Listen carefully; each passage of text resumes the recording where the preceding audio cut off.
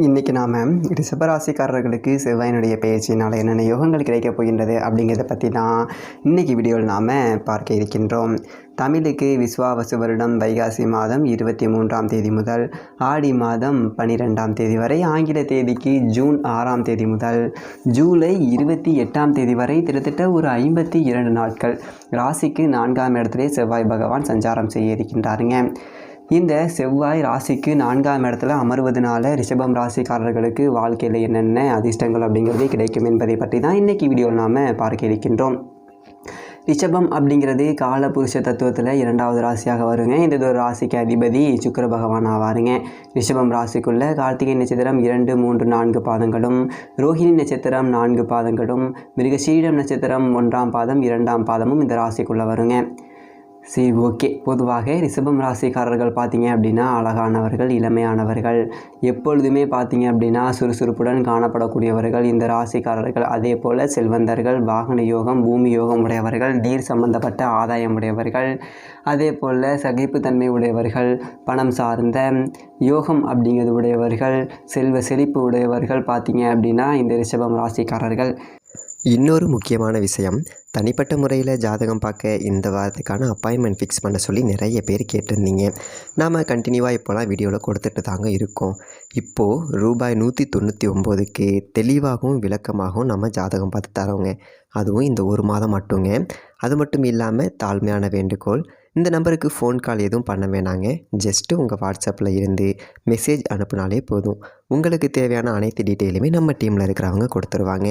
Appointment date மற்றும் time fix பண்ணதற்கு பிறகு அந்த நேரத்தில் நான் உங்களுக்கு ஃபோன் கால் பண்ணி ஜாதகம் பார்த்து பலன்கள் சொல்லிவிடுவேங்க. உங்களுக்கு வாய்ஸ் நோட் வேணும் அப்படின்னாலும் அதையும் நாங்கள் அனுப்பிச்சிடுவோம். ஜஸ்ட் நீங்கள் வாட்ஸ்அப்பில் மெசேஜ் மட்டும் பண்ணாலே போதுங்க. உங்களுக்கு டீட்டெயில் அப்படிங்கிறது சொல்லிவிடுவாங்க. அப்புறம் நிறைய பேர் கேட்குறாங்க எவ்வளோ நேரம் ஆகும்னு. ஃபஸ்ட்டு நாம் ஜனன காலகட்டத்தை பார்த்து பலன்கள் அப்படிங்கிறத சொல்லிவிடுவோம். இதை விட முக்கியமான விஷயம், இங்கே டைம் ஒரு விஷயமே இல்லைங்க. உங்களுடைய கேள்விகள் பதில்கள், உங்களுடைய கேள்விகளாக இருக்குங்கள்ல, சந்தேகங்கள் கேள்விகள், இது எல்லாத்தையும் சொல்கிறதுக்கே நம்ம நிறைய டைம் எடுத்துக்கும். 30 நிமிஷத்துக்கு மேலே கூட பரவாயில்ல, 1 ஹவர் ஆனால் பரவாயில்ல, உங்களுக்கு தெளிவாக புரிகிற வரைக்கும் நாங்கள் ஜாதகத்தை கிளியராக சொல்லிவிடுவோங்க. இதை தாண்டி நம்ம எப்படி ஜாதகம் பார்க்குறோம் அப்படின்னா, முதல்ல ஜனன காலகட்டத்தின் அடிப்படையில் பொதுவான பலன்கள் அப்படிங்கிறத சொல்லிவிடுவோம். அதற்கப்புறமா இப்போ இருக்கக்கூடிய கிரகங்கள் அடிப்படையில் இப்போதைக்கு உள்ள சூழ்நிலைகளும், தசாபுக்திகளின் அடிப்படையில் எதிர்காலத்தை வச்சு நம்ம கணித்து சொல்லிடலாங்க. இதை தாண்டி கடைசியாக உங்களுக்கு தெளிவான உங்களுக்கான பரிகாரம் அப்படிங்கிறதையும் சொல்லிவிடுவோம். இதில் இருந்தே உங்களுக்கு எல்லா டீட்டெயிலும் கிடச்சிரும். கடைசியில் ஜாதகம் இல்லைனாலும் ஜஸ்ட்டு பிறந்த தேதி, நேரம், பிறந்த இடம் மட்டும் சொன்னாலே போதுங்க. நாங்கள் உங்களுக்கு ஜாதகம் பார்த்து பலன்கள்ங்கிறது சொல்லிவிடுவோங்க. நீங்கள் ஜஸ்ட்டு வாட்ஸ்அப்பில் ஒரு மெசேஜ் மட்டும் பண்ணாலே போதுங்க. உங்களுக்கான எல்லா டீட்டெயிலும் சொல்லிவிடுவாங்க. சரி, ஓகே, வாங்க இன்றைக்கான வீடியோக்குள்ளே நாம் போகலாம். அதே போல் மாளிகையில் வசிக்கக்கூடியவர்கள், இந்த உலகத்தில் வாழும்போதே எல்லா சுகத்தையும் அனுபவிக்கக்கூடியவர்கள் பார்த்தீங்க அப்படின்னா ரிஷபம் ராசிக்காரர்கள். சரி, இந்த ரிஷபம் ராசிக்காரர்களுக்கு இந்த செவ்வாயினுடைய பெயர்ச்சி அப்படிங்கிறது எப்படி இருக்கும் அப்படின்னு சொல்லிட்டு பார்ப்பதற்கு முன்னால் செவ்வாய் பகவானை பற்றி ஒரு சில வரிகள் அப்படிங்கிறதை பார்த்துடலாம். செவ்வாய் பார்த்தீங்க அப்படின்னா பூமிக்காரகன் அப்படி சொல்லிட்டு அழைக்கப்படக்கூடியவர். ஒரு மனிதனுக்கு உடல் உறுதிக்கும் மன உறுதிக்கும் காரகம் உள்ளவர் பார்த்தீங்க அப்படின்னா செவ்வாய் பகவான் தாங்க. அதாவது வீரத்திற்கும் தைரியத்திற்கும் காரகம் உள்ளவர் பார்த்தீங்க அப்படின்னா செவ்வாய் பகவான். அதே போல் ஒருவர் அதிகார பதவியில், அதாவது ஆணையிடக்கூடிய ஒரு பதவியில் ஒருவர் இருக்கணும் அப்படின்னா அவர் ஜாதகத்தில் செவ்வாயினுடைய பலம் அப்படிங்கிறது ஓங்கி இருக்க வேண்டும். அதே போல் நீதித்துறையில், நிதித்துறையில், அது மட்டும் இல்லாமல் இராணுவத்தில் பார்த்தீங்க அப்படின்னா உயர் பதவியில் ஒருவர் இருக்கணும், இராணுவ தளபதியாக இருக்கணும். அதே போல் ஒருவர் நீதிபதியாக இருக்கணும் அப்படின்னா அவர் ஜாதகத்தில் செவ்வாய் பலமாக இருக்க வேண்டும். அது மட்டும் இல்லாமல் பொதுவாக சொல்லப்போனோம் அப்படின்னா போலீஸு, இராணுவம், மருத்துவம், அதே போல் பார்த்தீங்க அப்படின்னா அறுவை சிகிச்சை, தீயணைப்பு துறையாக இருக்கட்டும் போன்ற துறைகளில் ஒருவர் ஜொலிக்கணும் அப்படின்னா அவர் ஜாதகத்தில் பலமாக இருக்கணும் செவ்வாய் பகவான். அதாவது யூனிஃபார்ம் சார்ந்த துறைகளில் செவ்வாய் வந்துட்டு ஆதிக்கமுடையவருங்க.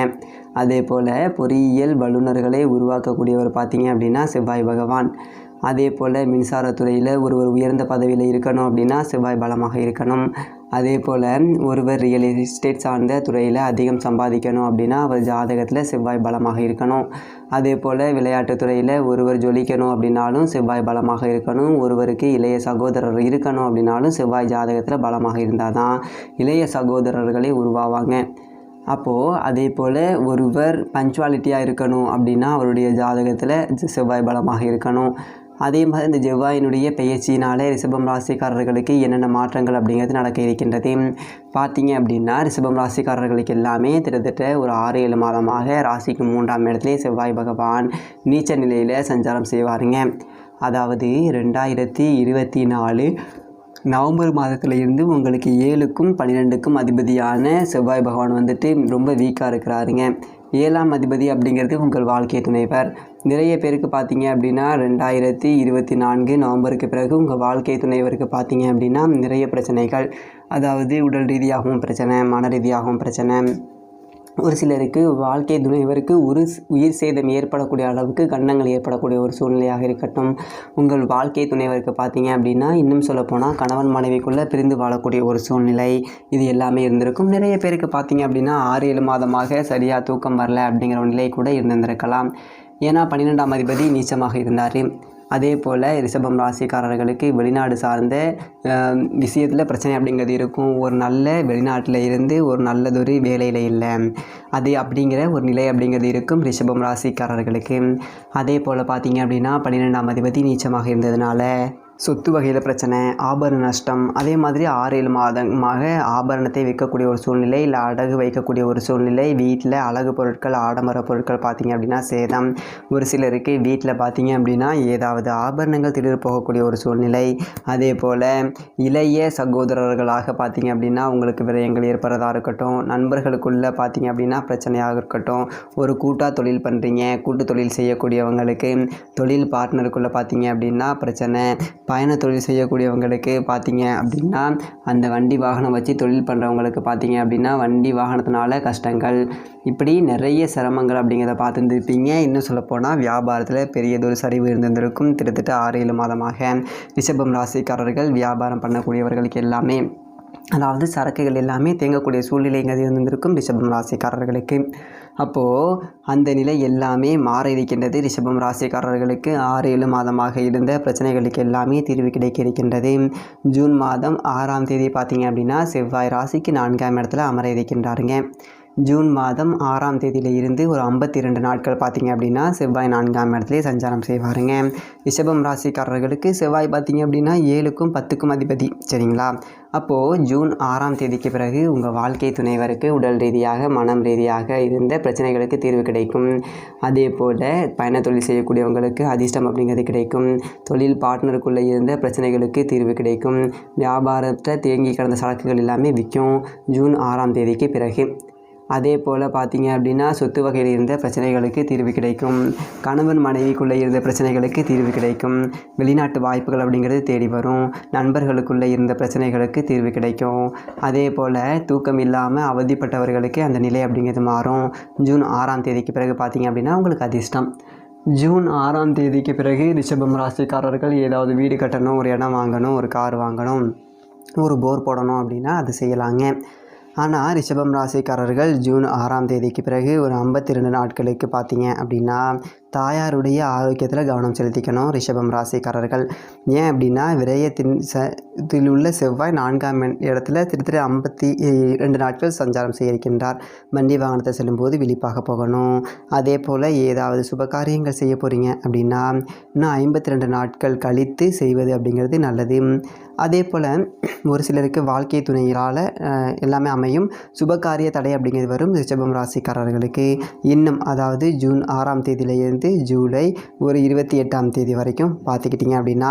அதே போல் ஏதாவது சின்ன சின்ன தடங்கல்கள் அப்படிங்கிறதுலாம் இருக்கலாம். ஜூலை 28ஆம் தேதிக்கு பிறகு கல்வி விஷயத்தில் பார்த்தீங்க அப்படின்னா உங்களுக்கு அதிர்ஷ்டம் அப்படிங்கிறது ஏற்படும். அதே போல் புது வேலை அப்படிங்கிறது கிடைக்கும். ஏன் அப்படின்னா ரிஷபம் ராசிக்காரர்களுக்கு செவ்வாய் 4ஆம் இடத்துல வந்துட்டு 10ஆம் இடத்தை பார்ப்பார். அப்போ புது வேலை அப்படிங்கிறது கிடைக்கக்கூடிய ஒரு வாய்ப்புகள் அப்படிங்கிறது கொடுக்கும். அப்போது ரிஷபம் ராசிக்காரர்களுக்கு இந்த செவ்வாயினுடைய பெயர்ச்சி அப்படிங்கிறது நல்லதொரு மாற்றத்தை கொடுக்கும் அப்படி சொல்லிட்டு சொல்லலாம்.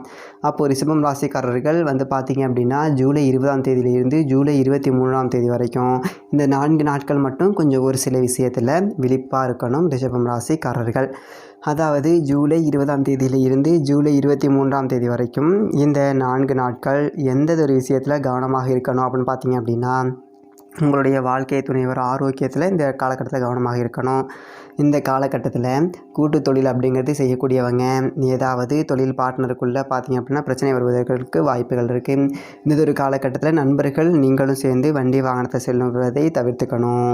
அதே போல் இந்த ஜூலை 20ஆம் தேதியிலிருந்து ஜூலை 23ஆம் தேதி இந்த 4 நாட்களுமே கணவன் மனைவி சேர்ந்து பார்த்தீங்க அப்படின்னா வண்டி வாகனத்தில் செல்வது அப்படிங்கிறத தவிர்த்துடணும். அதே போல் பார்த்தீங்க அப்படின்னா ஏதாவது ஒரு இடம் வாங்க போகிறீங்க அப்படின்னா முன்பணம் கொடுக்கக்கூடாது. அதே போல் தாயாருடைய ஆரோக்கியத்தில் இந்த ஒரு காலகட்டத்தில் கவனம் செலுத்தணும். இந்த காலகட்டத்தில் மன அழுத்தம் வருவதற்கு வாய்ப்புகள் இருக்குது. இந்த 4 நாட்களும் தூக்கம் இல்லாமல் அவதிப்படக்கூடிய ஒரு சூழ்நிலை அப்படிங்கிறத கொடுக்கும். முக்கியமாக பார்த்தீங்க அப்படின்னா ஏதாவது வெளிநாடு போகிறீங்க அப்படின்னா இந்த 4 நாட்கள் தவிர்த்துக்கணும் ரிஷபம் ராசிக்காரர்கள்.